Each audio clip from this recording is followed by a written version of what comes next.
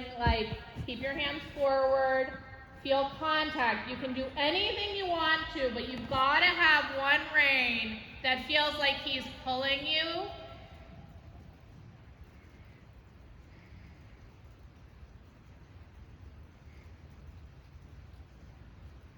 So that's why in the leg yield, if he gets running, you walk leg yield, leg yield, leg yield, so that, see how it doesn't get backwards?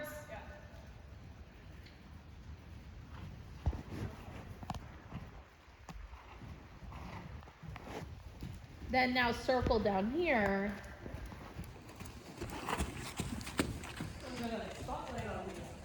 Yeah.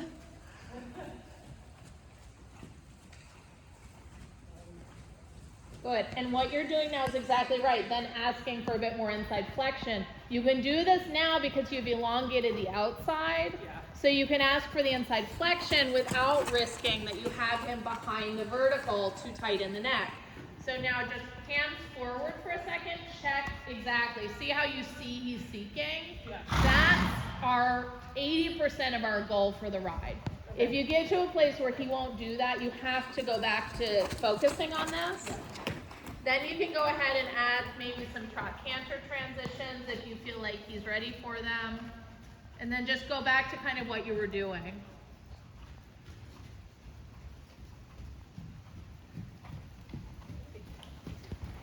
The canter trot will inherently do the same thing as the leg yield just because it will elongate any horse's back, and so that's probably also too why you're finding it helpful.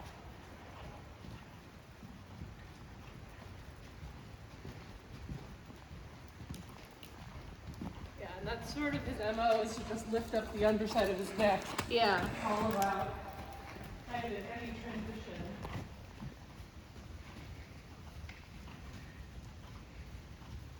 And that's where go sit and rise and check that you can keep consistency and the connection between the rising and sitting trot.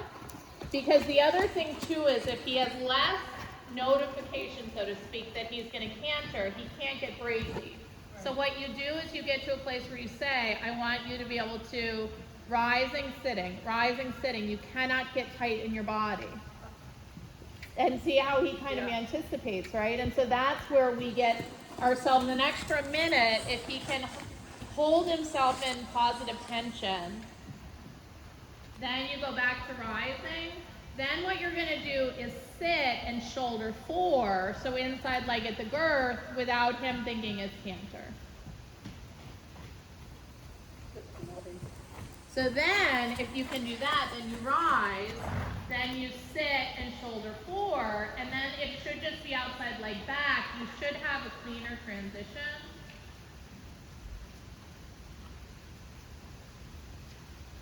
Because then he's set up correctly, he's looser in his rib cage. Right.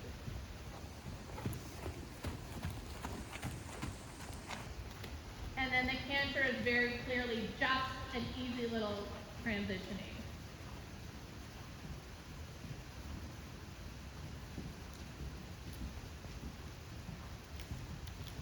So I would do that 2 or 3 more times and then switch, because this is also going to be what gives you a better quality of flying change.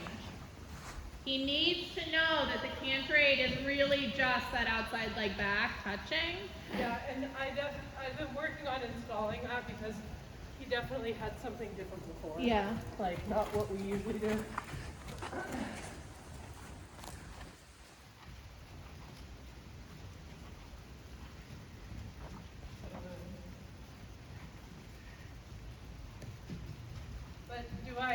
What do I do? Do I lower him before that? Like, just think of it as a basic shouldering. Don't overthink it too much. Can you hold the trot, maintain the tempo? Then can you ride what would be just a feeling of shoulder 4 on the circle? Then don't think so much about just his head. Think more just about him being through in his body here. And then it should just be outside leg back and he canters. And if he doesn't canter right away and he gets bracy, that's an issue with the legging. And that's him needing to be in front of your leg in general. But you should get the throughness from riding a shoulder 4 feeling here. and then it should be just a split second to get canter. Okay. I'm not sure if that answers that, right? But if the canter takes longer than that, that's an issue with him not listening to your leg aid. Yeah. And that's where you can go back to just trot, medium trot, just kick him on. Boy.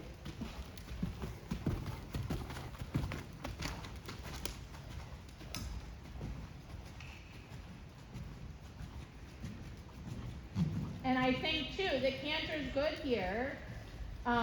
You can see then he gets a little jaunty into the downward trot, so shoulder 4 right away into the trot afterwards.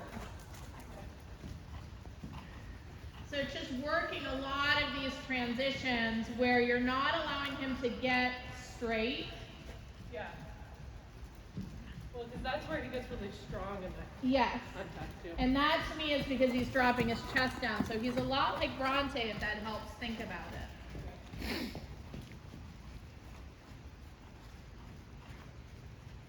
Good. They're nice transitions. So outside leg comes forward, you ride immediately into shoulder 4, then you go back to rising if you need to. It's just the reverse of what you did. Then you get the clarity of teaching that same sequence, and then you always have the trot, canter, canter, trot. Yeah. And then the connection gets better here too. What I like about it is in setting up for a good canter transition, you're getting a better contact in the trot overall. Right. Yeah, he's pushing. And working.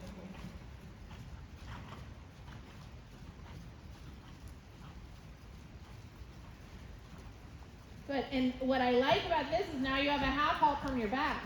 Yeah. Because you have the hind leg connected because he's staying up more on the wither. Good.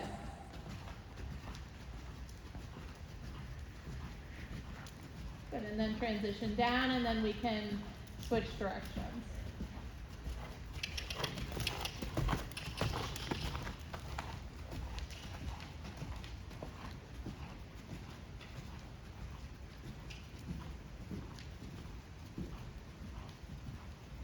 Good. See how it's almost medium trot?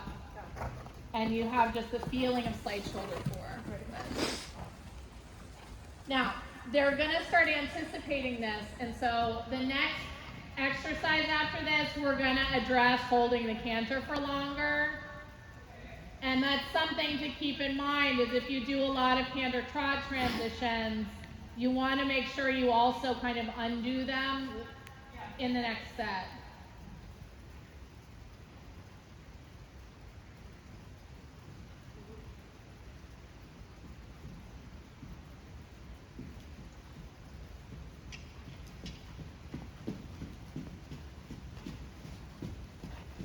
Now you have permission to be more up in the pole because ride him here on the circle, ride him up in the pole. Now give your hands forward and see he takes it, right? Always just checking back in with that. Okay. Both hands. Yes. Okay. Because I don't want you getting to a place where, say, you flex him to the inside and you give and he's just coming out as a release. I want to know that he's taking the bridle forward.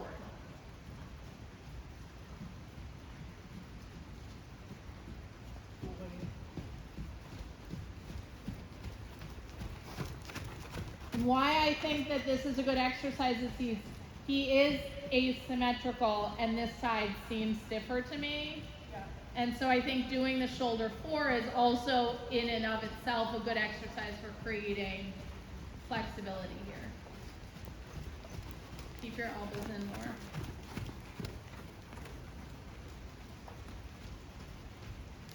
A little more trot. So when you bring your elbows in, see how he gets a little compressed? That's a better trot there.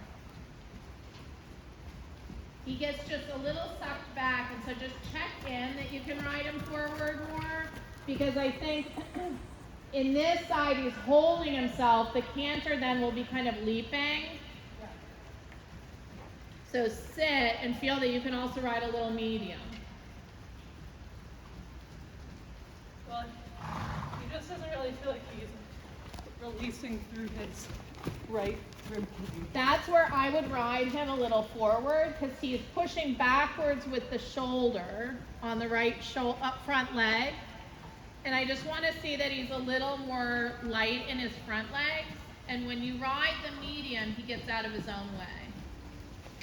And so it's just forward back.